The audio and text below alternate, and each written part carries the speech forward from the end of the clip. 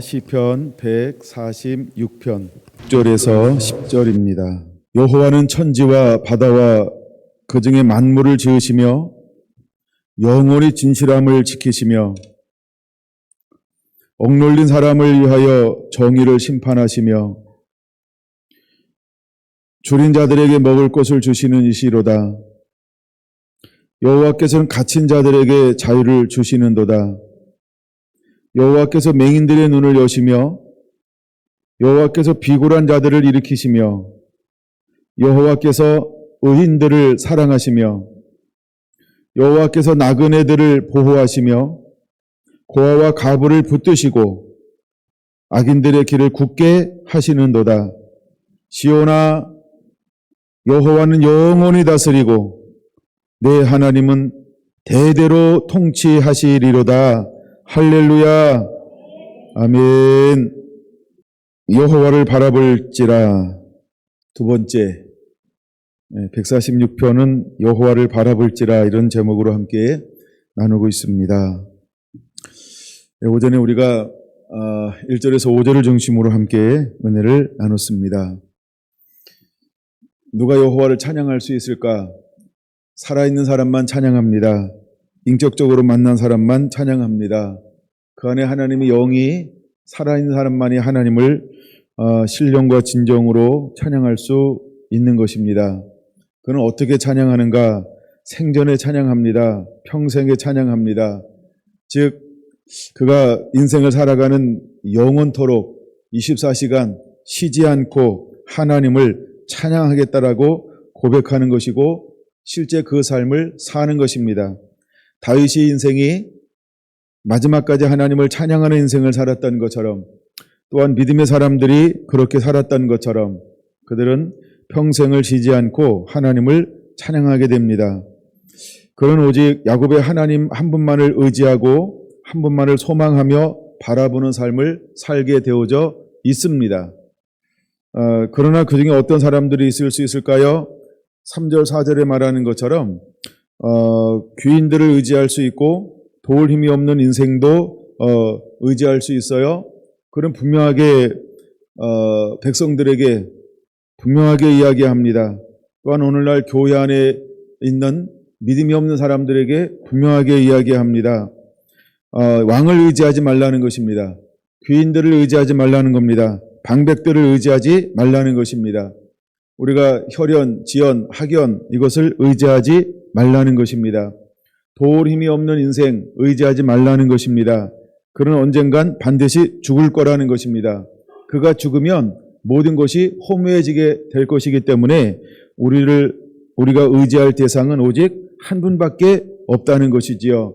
그분이 어떤 분인가라고 할 때 6절은 이렇게 시작합니다.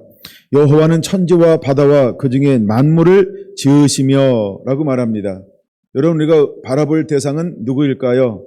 천지를 지으신 여호와 하나님, 만물을 지으신 여호와 하나님. 할렐루야.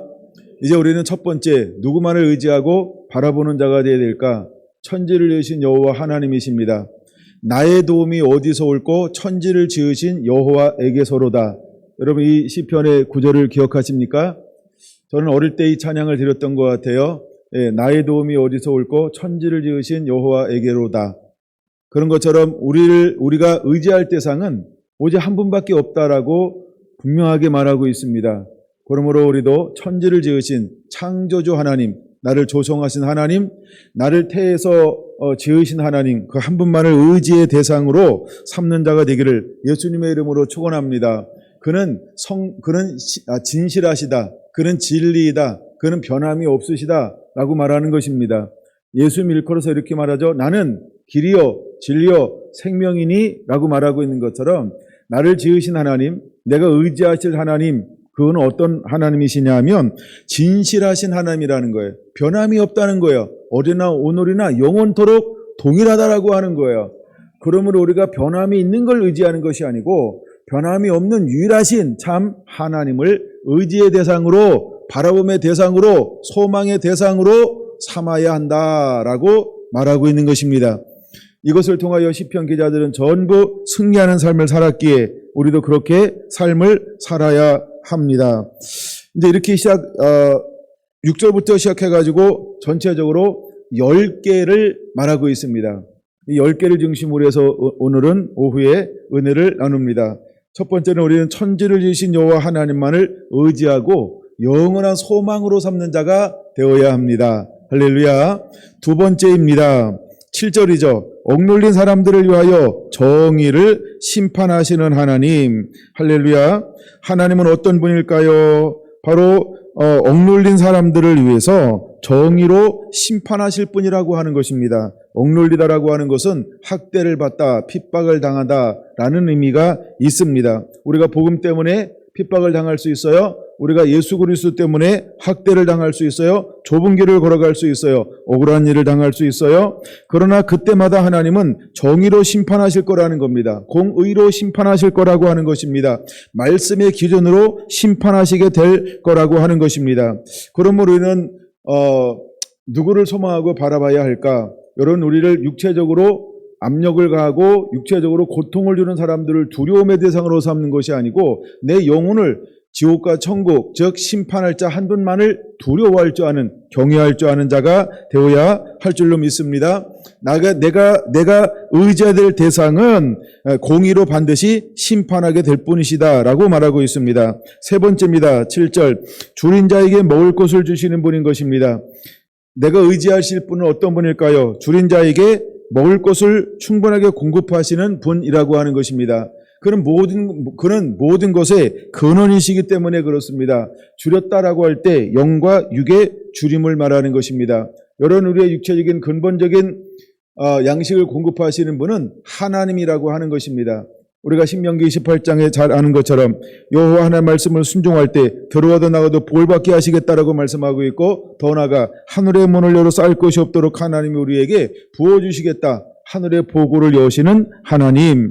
그러므로 우리의 육체의 모든 필요를 채우신 분은 여호와 하나님이신 것입니다. 또한 우리의 영은 무엇으로 살 수 있을까요? 하늘에서 내리는 만나와 양식을 먹음으로 살 수 있습니다. 광야를 걸을 때 하나님께서 공급하신 것은 신령한 음료, 신령한 만나라고 말하고 있습니다. 그런 것처럼 우리가 내 영혼의 잘된 같이 범사가 잘되고 강건하기를 원하노라. 요한 3서 2절, 3절, 4절에 말하고 있는 것처럼 내 영혼이 잘되는 비결이 어디에 있을까? 3절, 4절은 분명히 말합니다. 내가 진리에 행한다 함을 듣고 나는 기뻐하노라. 그런 것입니다. 우리가 진리를 행할 때 영혼이 잘되고 강건한 것입니다.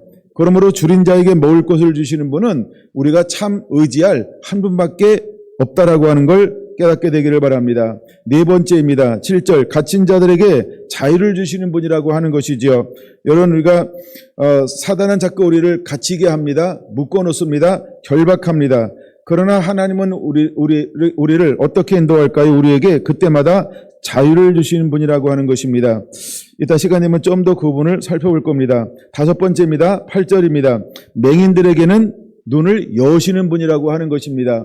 우리에게는 눈이 두 가지가 있어요. 하나는 육의 눈이 있고 또 하나는 영적인 눈을 심, 안이라고 말합니다. 여러분, 어떤 사람들은 육적인 눈이 먼 사람도 있습니다. 그러나 하나님께서 우리의 육적인 먼 눈을 주님은 여실 것입니다. 실제로 예수님께서는 진흙을 이겨서 눈먼 자를 열고 치료하는 그런 일들을 행하셨습니다. 그런 것처럼 주님은 오늘도 우리의 육적인 눈을 여실 것입니다. 더 나아가 주님은 우리가 육적인 눈이 아닌 영적인 눈도 여실 뿐이라고 하는 걸 깨닫게 되길 바랍니다. 실제로 이스라엘이 하나님을 떠났을 때 그들은 영적으로 맹인이었습니다. 그러나 때가 되면 하나님은 우리의 눈을 열어서 영적으로 하나님을 볼 수 있는 심, 안을 여시는 분이라고 하는 것이죠. 하나님께서 우리에게 주신 소명 중에 하나가 안약을 사서 눈에 발라 보게 하라라고 하는 것처럼 이제 우리가 눈을 여는 그런 일을 하기를 주님은 원하고 있는 것입니다. 여러분, 복음이라고 하는 것이 무엇인가요? 복음은 육체적인 구원을 누립니다. 그러나 육체적인 구원뿐만 아니라 우리의 영혼이 사는 것인데 바로 영원한 생명을 우리에게 주시기 위해서 우리의 눈을 여실 것입니다. 우리의 길을 여실 것입니다. 주님이 우리의 눈과 길을 여는 이유는 단순한 겁니다. 믿음은 들음에서 납니다. 그래서 우리의 눈과 길을 여실 것입니다. 그 하나님으로 우리에게 다가올 것입니다. 그럼 우리는 누구를 의지해야 될까? 분명한 것입니다. 하나님 한 분만을 의지하는 자가 되어야 합니다. 오늘 146편 시편 기자는 그 하나님을 야곱의 하나님이라고 말하고 있는 것입니다. 여섯 번째입니다. 8절 비굴한 자들을 하나님은 일으키실 것이다 이렇게 말하고 있어요. 비굴하다라고 하는 말은 어떤 의미가 있는 것일까? 염려하는 자, 근심하는 자, 고통하는 자, 재앙 가운데 있는 자들을 하나님은 일으키실 거라고 하는 것입니다. 여러분 염려, 근심, 고통, 재앙, 두려움 이것은 전부 어디로부터 오는 것일까요? 하나님을 의지하는 것처럼 머리로 살아가는 사람들에게 실제로 다가오는 것입니다. 우리가 염려함으로 키를 한 자나 더 할 수 있겠느냐라고 말하고 있는 것처럼 우리는 하나님 한 분만을 바라보는 자가 되어야 하는 것입니다. 그래서 일으킨다라고 하는 것은 뭐냐 하면 마음이 눌린 자들을 이제는 더 이상 염려하지 않게 할 것이다. 근심하지 않게 할 것이다. 고통 가운데 부딪지 않게 할 것이다. 재앙 가운데 낙망하고 넘어지고 실패하지 않게 하실 것이다. 하나님 우리가 어떤 것이 온다 할지라도 그 속에서 일으키시고 세우시고 보호하실 것이다 라고 말씀을 하고 있는 것입니다. 그 다음에 일곱 번째입니다. 8절이죠. 의인들을 사랑하시는 분. 너무나 좋으시죠. 그냥 심플한 거예요. 하나님은 의인을 사랑하시는 분이라는 거죠. 내가 섬기는 야곱의 하나님은 의인을 사랑하시는 분입니다. 여러분 의인은 어떤 사람을 의인이라고 말할까? 말씀에 순종하는 자가 의인입니다. 아브라함이 하나님을 믿음으로 의롭다함을 여겼습니다. 하나님이 말씀하시는 그 말씀을 순종함으로 아브라함은 하나님 앞에 의롭다는 증거를 얻었습니다. 그러므로 의인들은 하나님을 사랑하여 그 말씀을 가지고 순종하는 자들을 말합니다. 근데 하나님은 누구를 사랑하시는가? 내 말을 가지고 지키는 자라야 나를 사랑하니 라고 하는 것처럼 하나님은 의인들을 사랑하신다라고 말씀하고 있습니다. 여러분들은 누구를 의지하는 자가 되어야 할까요? 천지를 지으신 그리고 변함이 없으신 영원한 하나님 한 분만을 사랑함으로 섬기는 자가 되기를 예수님의 이름으로 축원을 드립니다. 더 나아가 이제 하나님 우리에게 하나님을 사랑할 뿐만 아니라 이제는 이웃을 사랑하기를 원하는 것입니다. 그래서 여덟 번째 무엇을 요구할까요? 9절입니다. 나그네를 보호하시는 분. 나그네는 객을 말하는 것이지요. 그래서 이스라엘 문화 가운데 객, 고아, 가부는 가장 연약하고 가난한 자, 힘없는 자, 누군가 보살핌과 도움을 받아야 하는 대상으로 말하고 있습니다. 근데 주님은 이스라엘 공동체 가운데 무엇을 요구하고 있냐 하면 나그네, 그 다음에 가부를, 고아를 특별하게 그들을 돌보라고 말하고 있는 것입니다. 그러므로 이제는 우리는 나그네를 보호하시는 하나님, 우리가 때때로 객이 될 수 있어요. 그럴 때 하나님 우리를 보호하시겠다는 겁니다. 아홉 번째입니다. 9절이죠. 고아와 가부를 붙드시는 분, 할렐루야. 그분이 우리를 붙들어 주시고 그분이 우리를 보호하시면 그 어떤 가난도, 그 어떤 어려움도, 그 어떤 땅의 기근, 그 어떤 것도 우리를 넘어뜨릴 수 없게 될 것입니다. 왜냐하면 여호와 하나님께서 그를 보호하시고 붙드셨다. 그를 품으로 안았기 때문인 것입니다. 열 번째입니다. 그러나 악인은 어떻게 하시겠다라고 말씀하고 있나요? 악인의 길은 굽게 하시는 분이라고 하는 것입니다. 여기서 말하는 악인이라고 하는 게 뭘까? 악인의 길은 악인의 계획을 말합니다. 악인의 음모를 말합니다. 예, 악인의 생각들을 말합니다. 악인의 모든 것들은 하나님께서 어떻게 하신다? 굽게 하시는 분이라는 의미는 왜곡시키다, 전복시키다, 실패하게 하신다 이런 의미가 있습니다. 그러므로 악인들의 계획과 음모들은 하나님께서 전부 전복시킬 것이며 실패하게 만들 것이다 라고 고백하고 있는 것입니다. 하나님이 우리에게 이러한 놀라운 은혜를 부어주실 거예요. 그러므로 우리는 이 은혜를 이제는 누리게 될 것이고 또 행하게 될 것이고 보게 될 것입니다. 하나님 우리에게 이런 10가지의 놀라운 은혜와 은총으로 인도하시게 될 거라는 겁니다. 여러분 우리가 이 땅에 사는 동안에 우리에게는 10가지가 계속해서 지속적으로 반복적으로 우리 삶 가운데 일어나게 될 거라는 거죠. 근데 그 속에서 하나님은 우리를 어떻게 하실 것이다? 예, 그것을 전부 어떤 건 이기게 만들 거고 돌파하게 만들고 다스리게 만들 것이고 또 악인의 모든 계획은 숲으로 돌아가게 하나님이 만드시게 될 것에 대해서 말하고 있는 것입니다. 그럼 이것을 좀 더 말씀을 몇 군데 찾아보면서 좀 더 깊이 생각해 보려고 합니다. 첫 번째는 이사야 61장입니다. 이사야 61장 1절에서 3절 먼저 봅니다. 주 여호와의 영이 내게 내리셨으니 이는 여호와께서 내게 기름을 부으사 가난한 자에게 아름다운 소식을 전하게 하려 하심이라.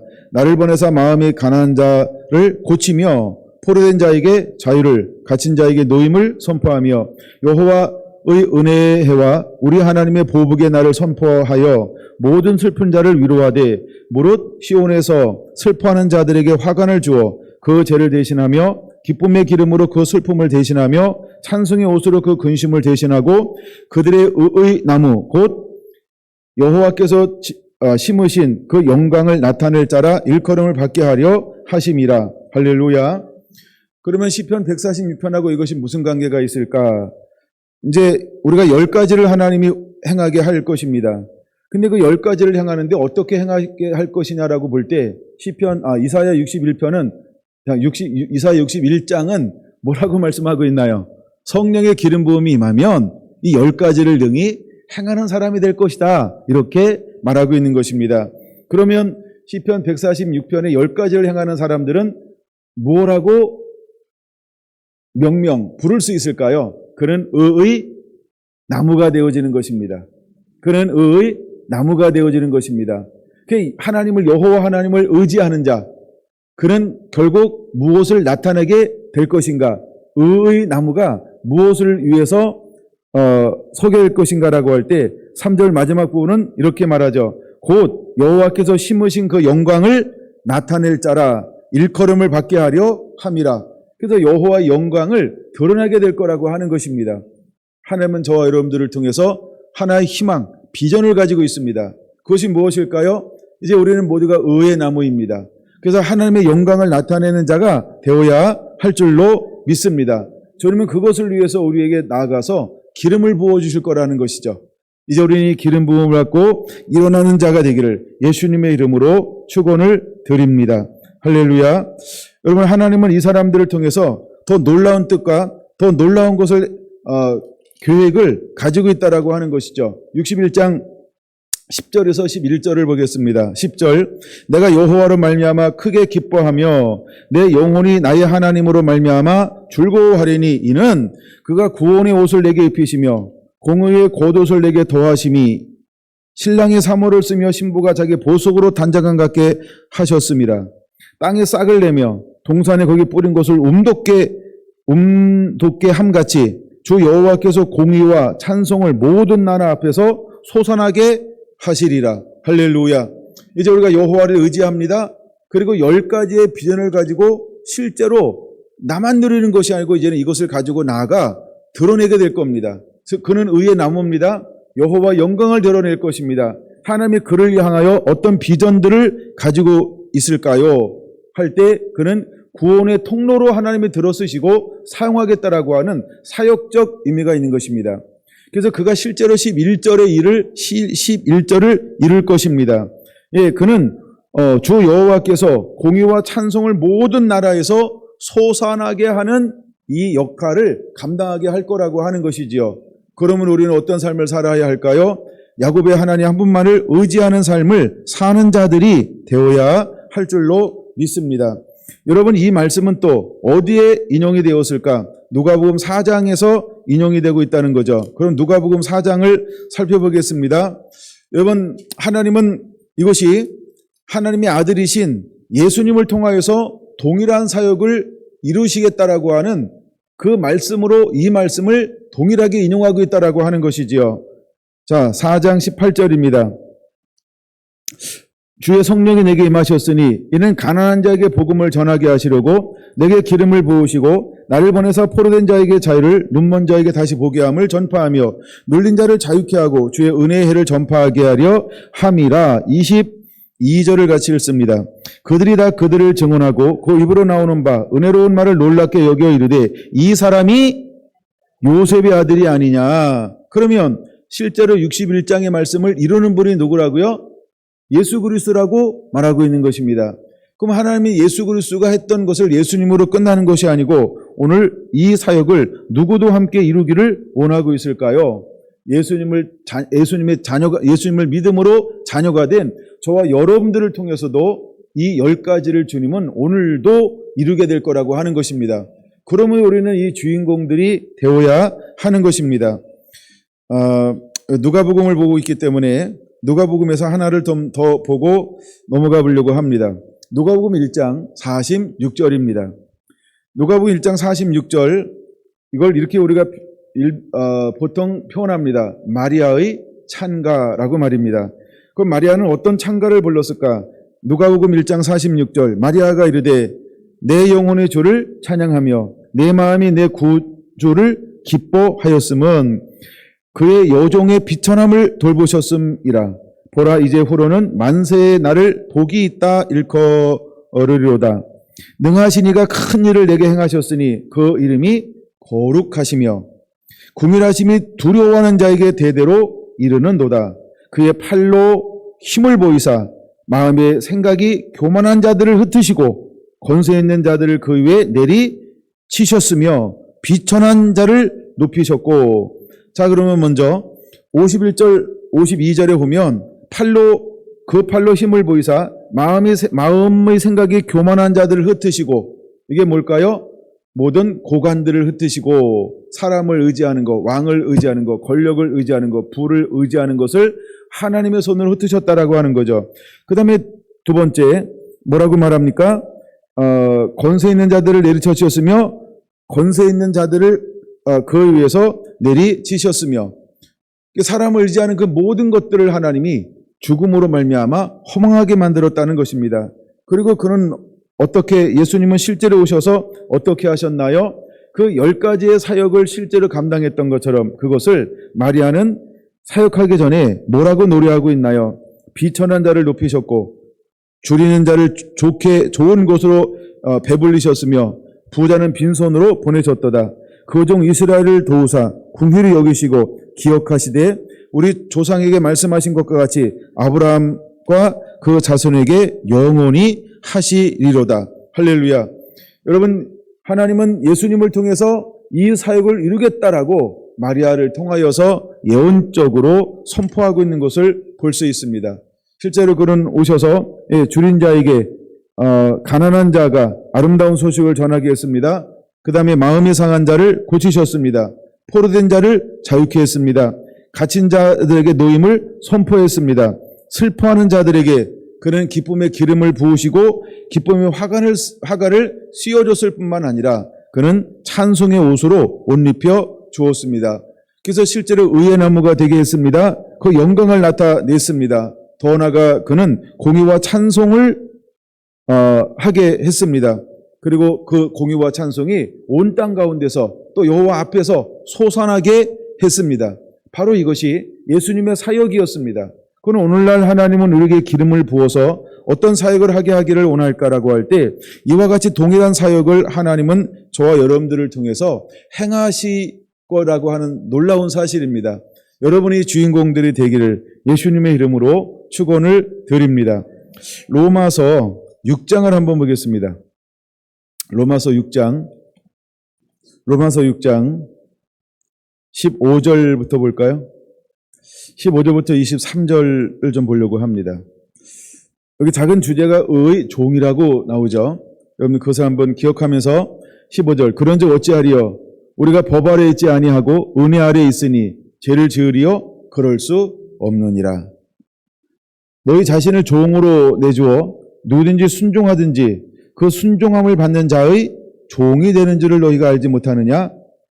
혹은 죄의 종으로 사망에 이르고 혹은 순종의 종으로 의에 이르느니라. 하나님께 감사하리로다. 너희가 본래 죄의 종이었더니 너희에게 전하여 준 바 교훈의 본을 마음으로 순종하여 죄로부터 해방되어 의에게 종이 되었느니라. 너희 육신이 연약함으로 내가 사람의 예대로 말하노니 전에 너희가 너희 지체를 부정과 불법에 내주어 불법에 이른 것 같이 이제는 너희 지체를 의에게 종으로 내주어 거룩함에 이르라. 너희가 죄의 종이 되었을 때에 의에 대하여 자유로웠느니라. 너희가 그때에 무슨 열매를 얻었느냐? 이제는 너희가 그 일을 부끄러워하나니 이는 그 마지막이 사망임이라. 그러나 이제는 너희가 죄로부터 해방되고 하나님께 종이 되어 거룩함에 이르는 열매를 맺었으니 그 마지막은 영생이라. 죄의 삭은 사망이요 하나님의 은사는 그리스도 예수 우리 주 안에 있는 영생이니라. 할렐루야. 여러분, 하나님은 우리를 통해서 어떤 계획을 세워놓았을까? 전에 우리는 죄의 종이었어요. 근데 이제는 우리는 의의 종이 되었습니다. 그러므로 내 영혼아 여호와를 찬양하라. 내 영혼아 여호와를 찬양하라. 여호와를 쉬지 않고 찬양하는 자, 여호와를 쉬지 않고 예배하는 자는 이제 어떤 종으로의 삶을 살고 있는 걸까요? 의의 종이 되어서 삶을 살고 있는 것입니다. 그러나 우리가 일상생활 속에서 하나님을 찬양하지 못한다고 한다면, 예배하지 못한다라고 한다면 이 사람은 그냥 종교인이에요. 이 사람은 실제로 인격적 주님을 만났다고 한다 할지라도 그 주님이 잃어버린 거예요. 옛것이 되었어요. 사울왕의 버림을 당하는 것처럼. 여러분, 그는 종교인이 되었어요. 그에게 악신이 들렸어요. 그는 하나님을 찬양하려야 찬양할 수 없고 부르려야 부를 수 없는 그냥 고민하고 근심하는 무거운 인생을 살다가 그렇게 사라지는 것입니다.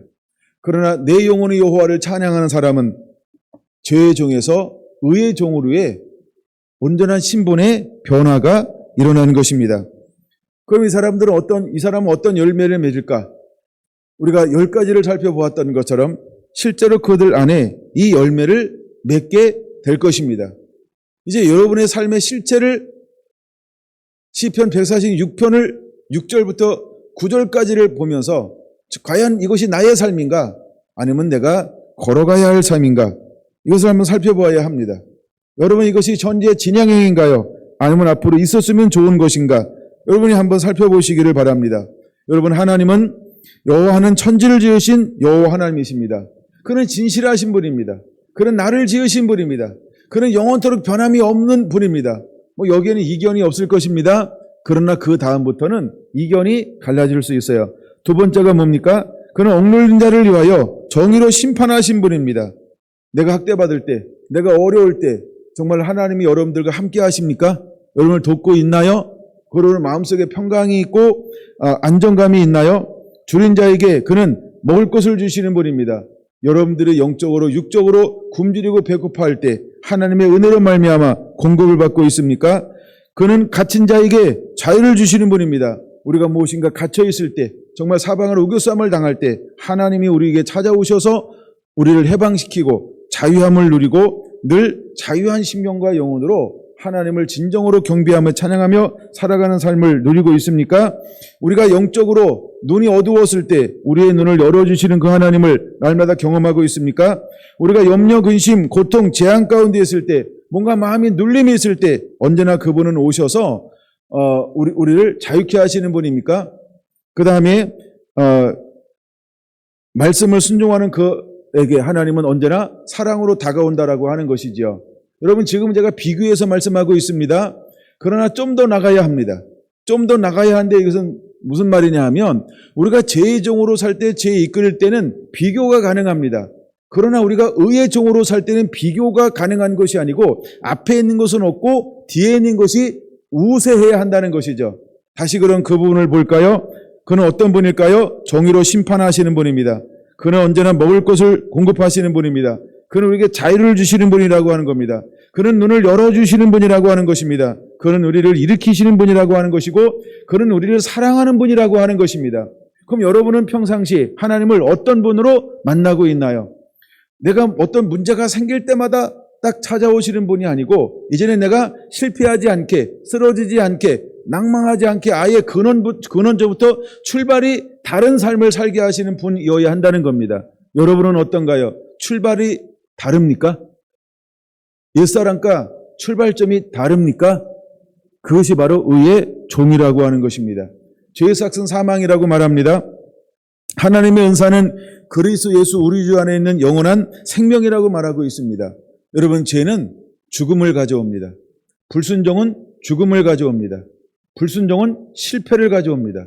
불순종은 근심을 가져옵니다. 불순종은 염려를 가져옵니다.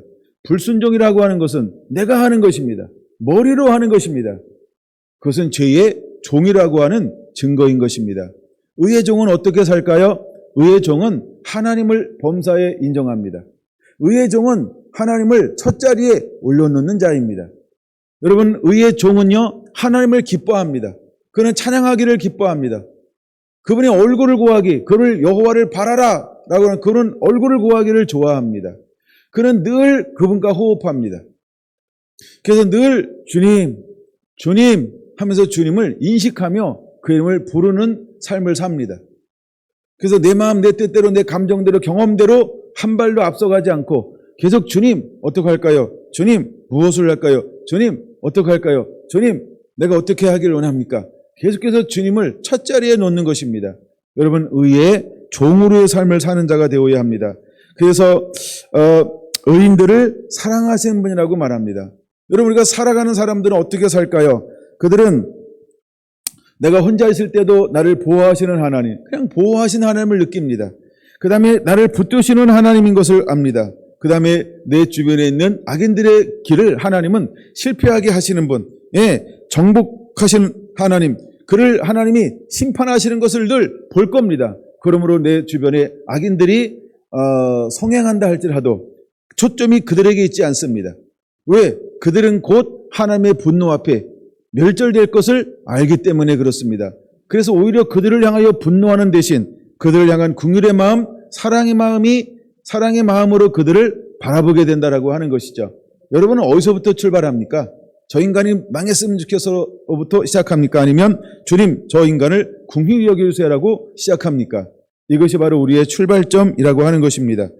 여러분이 하나님 앞에 시편을 읽고 또 묵상하면서 이제 더 깊은 하나님을 바라보면서 그 큰 은혜를 누리게 되기를 예수님의 이름으로 축원을 드립니다. 여러분, 주님은 우리에게 오셔서 성령을 부어줍니다. 그리고 성령을 부어주면 우리 안에 어떤 변화와 역사들이 일어나게 될까? 저는 그것을 오늘 말씀을 마무리하면서 고린도전서 13장으로 보려고 합니다. 고린도전서 13장은 보통 우리가 사랑장이라고 이야기합니다. 내가 사람의 방언과 천사의 말을 할지라도 사랑이 없으면 소리나는 구리와 울리는 꽹과리가 되고 내가 예언하는 능력이 있어 모든 비밀과 모든 지식을 알고 또 산을 옮길 만한 모든 믿음이 있을지라도 사랑이 없으면 내게 아무것도 아니요. 내가 내게 있는 모든 것으로 구제하고 또 내 몸을 불사르게 내줄지라도 사랑이 없으면 내게 아무 유익이 없느니라. 사랑은 오래 참고 사랑은 온유하며 쉬게 하지 아니하며 사랑은 자랑하지 아니하며 교만하지 아니하며 무례에 행하지 아니하며 자기의 유익을 구하지 아니하며 성내지 아니하며 악한 것을 생각하지 아니하며 불의를 기뻐하지 아니하며 진리와 함께 기뻐하고 모든 것을 참으며 모든 것을 믿으며 모든 것을 바라며 모든 것을 견디느니라. 사랑은 언제까지나 떨어지지 아니하되 예언도 패하고 방언도 그치고 지식도 패하리라. 우리는 부분적으로 알고 부분적으로 예언하니 온전한 것이 올 때에는 부분적으로 하던 것이 패하리라. 내가 어렸을 때에는 말하는 것이 어린아이와 같고 깨닫는 것이 어린아이와 같고 생각하는 것이 어린아이와 같다가 장성한 사람이 되어서는 어린아이의 일을 버렸노라. 우리가 지금은 거울로 보는 것 같이 희미하나 그때는 얼굴을 대면하여 볼 것이요. 지금은 내가 부분적으로 아나 그때에는 주께서 나를 아신 것 같이 내가 온전히 알리라. 그러즉 믿음, 소망, 사랑 이 세 가지는 항상 있을 것인데 그 중에 제일은 사랑이라. 여러분, 주님은 우리에게 무엇을 요구할까? 정말 시편 기자는 어떤 세계에서 살고 있을까? 여러분, 시편을 쓴 이 저자들은 어떤 세계에서 살았을까? 정말 하나님을 만났는데 어떤 수준을 만났을까? 우리가 한번 이걸 탁 묵상하고 난 다음에 우리 안에도 뭔가 변화가 있어야 된다고 한다면 저는 고린도전서 13장이 실제 우리의 삶이 되기를 원합니다. 우리가 때로는 연약함이 있고 부족함이 있을 수 있어요. 그러나 우리가 정말 이것을 묵상하고 또 묵상하면서 우리 안에 전혀 없는 하나님의 사랑이 우리 마음에 부음받되기를 원합니다. 그리고 또다시 우리는 매일매일 첫 번째라고 하는 그 출발점에서 늘 출발하는 것이 아니고 어쩌면 우리는 만약 1에서 100이라고 하는 수치가 있다라고 한다면 우리의 출발점이 늘 0에서 출발하는 것이 아니고 난 여러분들이 때로는 70에서부터 시작되기를 원합니다. 때로는 여러분들이 90에서부터 출발한 자가 되기를 원합니다. 그래서 여러분의 수준은 늘 제로 상태가 아니고요. 이제 우리의 수준은 어디쯤 되어야 할까요? 어쩌면 80이 우리의 수준이 되어야 할지 모릅니다.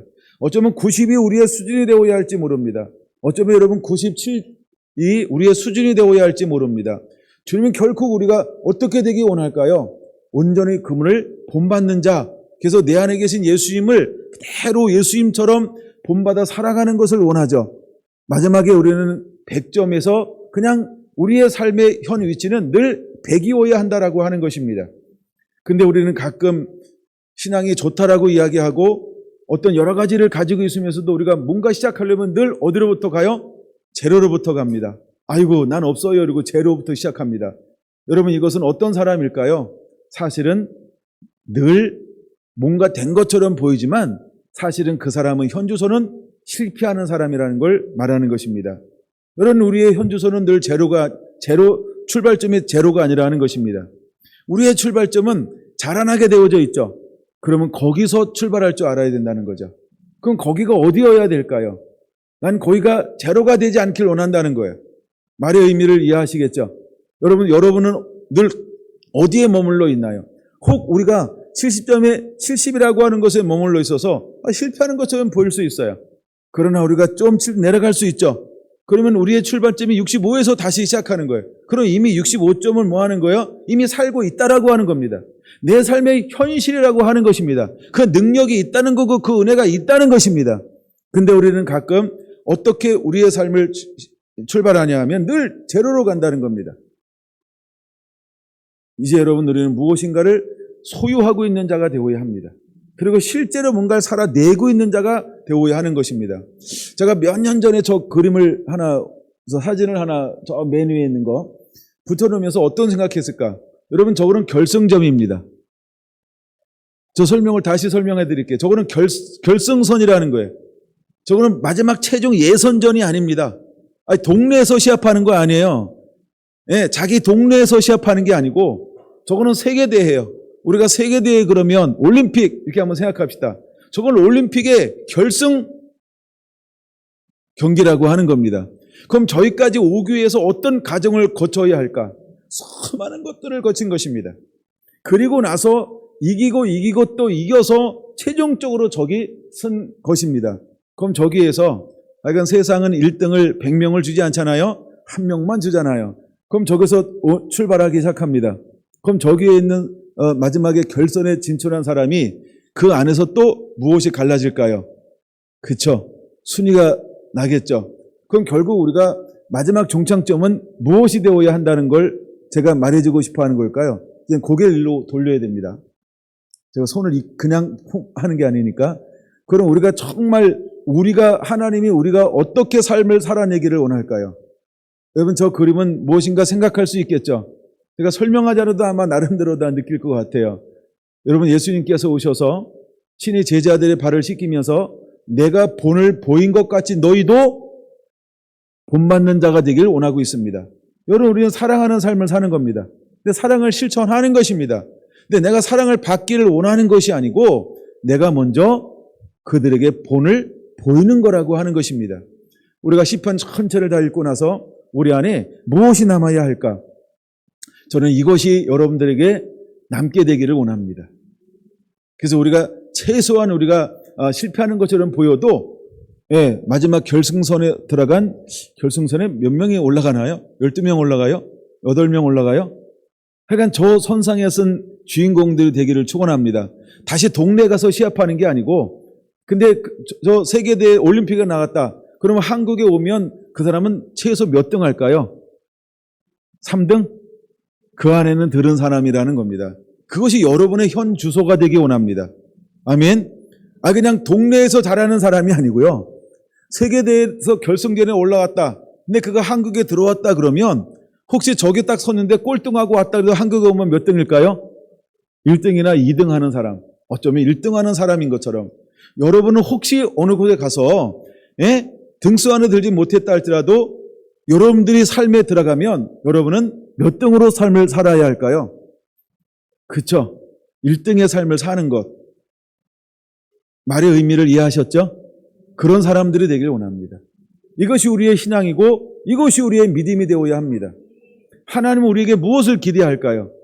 여러분, 시편을 묵상하면서 이 시편은 단순히 어느 한 부분만 보여주는 게 아니죠.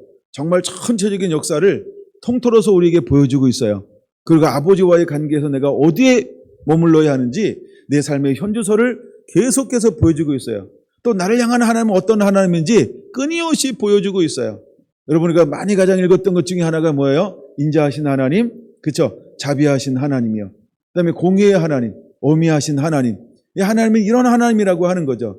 난 여러분들이 저 결승선에 섰다라고 여긴다고 한다면 저 대회가 끝났을 때 우리가 각자의 삶의 현장으로 돌아갔을 때 여러분의 수준이 어떤 수준이라고요? 최소한 그 나라에서는 여러분이 최고여야 한다는 겁니다. 할렐루야. 여러분, 최고의 사람으로 사시게 되기 바랍니다. 또 동네 가서 다시 기초 훈련해서 연습 근육을 키워서 그런 거 하는 거 아닙니다. 그 사람은요, 저기 설 수도 없습니다. 저기 서는 사람들은요, 흩어지면 뭐라고요? 각자 자기 동네에서, 자기 나라에서 1등하는 사람들이라는 거죠. 우리는 그런 정체성을 가지고 사는 자가 되어야 합니다. 할렐루야, 할렐루야. 예, 저 결승전하는 날 점심을 잘못 먹어서 이 설사가 나가지고 배에 힘을 못 줘서 등수 안에 못 들 수도 있어요. 그러나 동네 가면 설사가 나도 몇 등 한다고요? 1등 하는 사람이요. 난 여러분이 그런 삶을 살아내기를 원합니다. 할렐루야.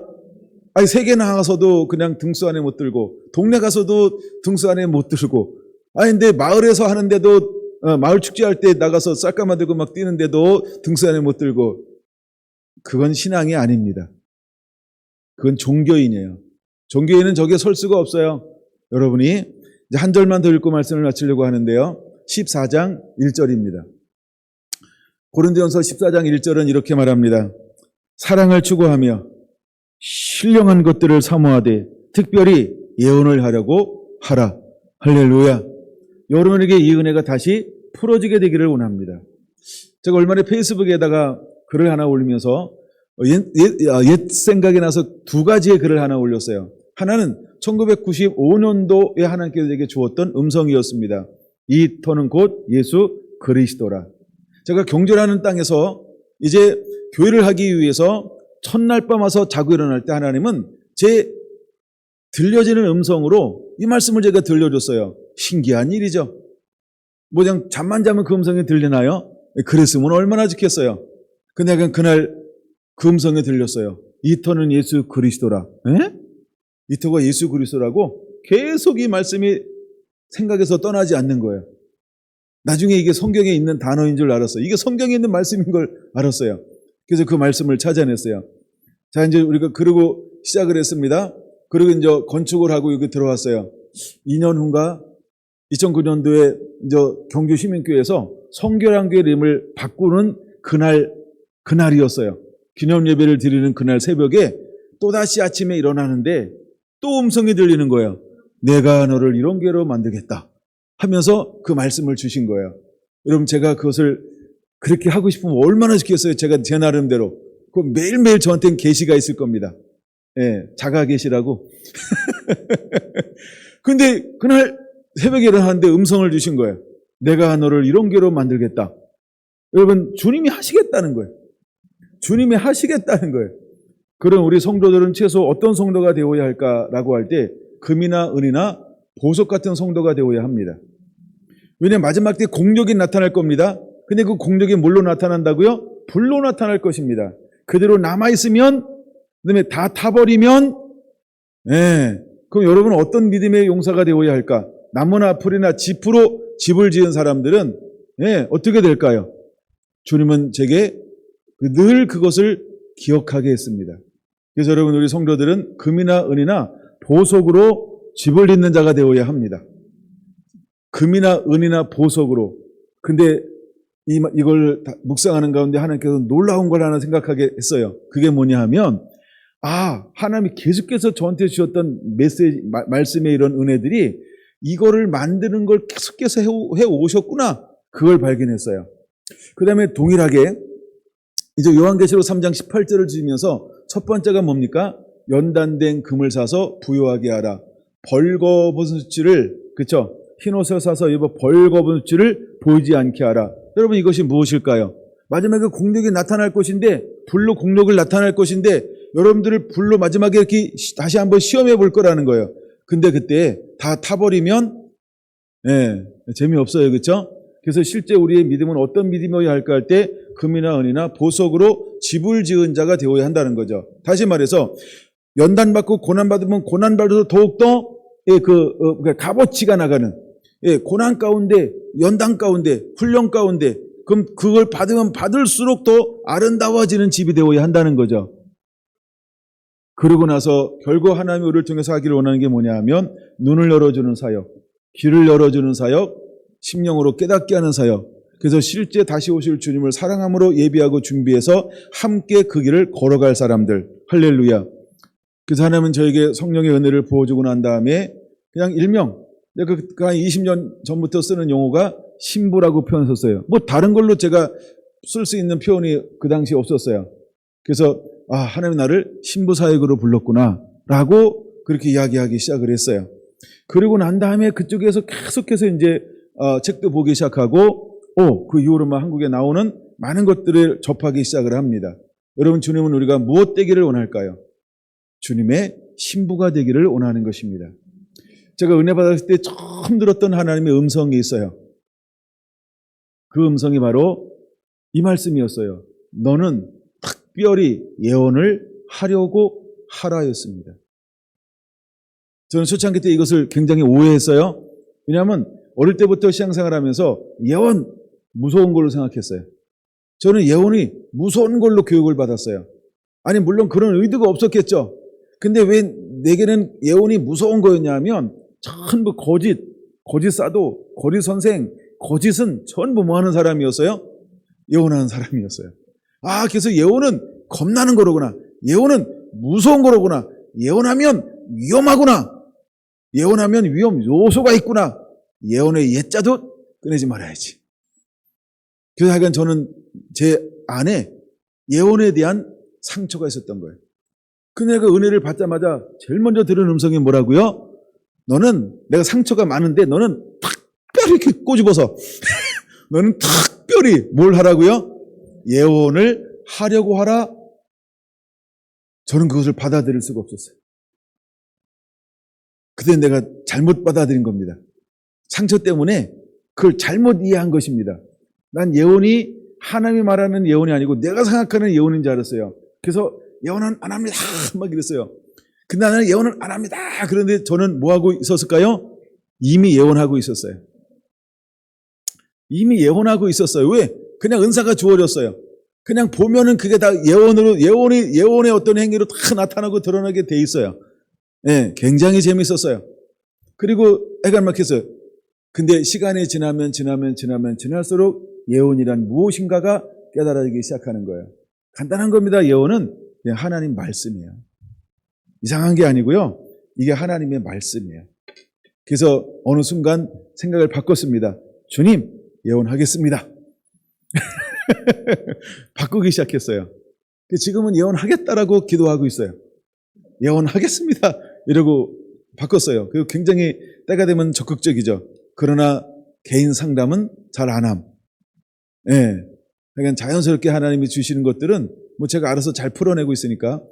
근데 여러분, 우리는 이 시대에 뭘 하는 자가 되어야 될까라고 할 때 하나님은요, 이제 요한계시록 10장 마지막 부분에 보면 뭘 먹으라고 주께서 말씀하고 있어요? 두루마기를 먹고, 요한계시록 10장 11절 다시 예언하여야 하리라. 하나님은 어떤 사람들을 일으킬까요? 다시 예언할 사람들을 찾고 있는 것입니다. 여러분들은 하나님의 메신저가 되어야 할 줄로 믿습니다. 여러분, 시편 기자들이 하나같이 자기가 경험하고 자기가 체험하고 또 그분이 어떻게 알려지기를 원하시는 그분을 우리에게 시편으로 전달하는 것처럼 이제 우리는 또다시 무엇을 전달하는 자가 되어야 할까요? 예수님을 전달하는 자가 되어야 합니다. 예수님을 전달하는 자가 되어야 할 줄로 믿습니다. 마지막에 주님이 주의 오실 길을 예비한 자는 하나같이 전부 말씀의 사람이라는 거예요. 다시 예언하여 하리라는 예언은 뭐냐 하면 그냥 하나님 말씀이에요. 다윗이 아버지 마음과 뜻을 가져서 내 것을 다 그를 통하여 뭘 하겠다라고 하나님이 작정하셨죠? 사도행전 13장에 보니까 다 이루리라. 그러면 우리가 마지막에 너는 특별히 예언을 하려고 하라. 이건 어떤 의미일까요? 내가 너를 통해서 내 일을, 내 뜻을 다 이루게 할 것이다. 하나님은 그 사람을 찾고 있다는 것입니다. 아무쪼록 성결한 성도 한 분 한 분들이 주의 손에 붙들려 그것을 다 이룰 수 있는 그런 하나님의 손에 붙들린 다윗처럼 쓰임받는 자가 되기를 예수님의 이름으로 축원을 드립니다. 아멘.